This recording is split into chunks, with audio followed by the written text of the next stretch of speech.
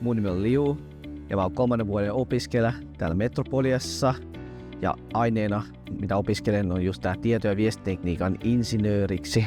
Tervetuloa tänne Metropolian Karamalmin kampukselle. Tää on mun kotikampukseni.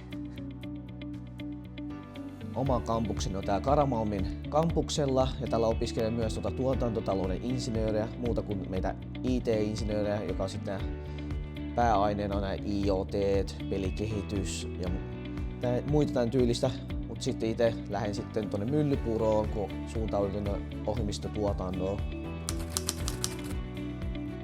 Parasta opiskelussa on ollut kyllä mielestäni tämä kokemus, mikä on tullut tässä matkan varrella, että opettajat on mukavia ja sitten uudet ystävät tullut tässä uusien ihmisten kanssa tutustuminen ainakin luokkalaisten kanssa, että vaikka meidän tiet erkaantui sitten tästä kun lähiopetukset sitten väheni, mutta silti olen yhteydessä, että se on ollut parasta, että ystävät on korvaamattomia ja ainakin sitten tässä matkan varrella tulleet hyviä ihmisiä.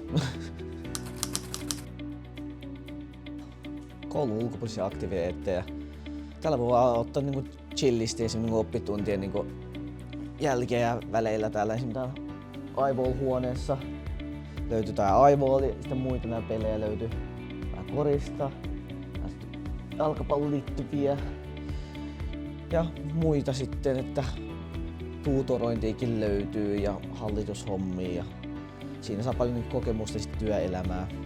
Kutosessa enemmän majoittaneet tiviläisiä, eli meikäläisiä tieto- ja viestintätekniikan insinöörejä, ja sitten vähän ylempänä on tuotantotalouden insinöörejä. Ja täällä löytyy sitten kaikkien hauskaa, siinä toi biljardikin on tuolla ihan varattuna. Metropoli on kiva koulu, sillä nämä kampukset on kyllä ihan suht hyviä. Ja olen aika viihtynyt täällä Metropoliassa, kun löytyy paljon tekemistä ja sitten paljon apua ja palveluita.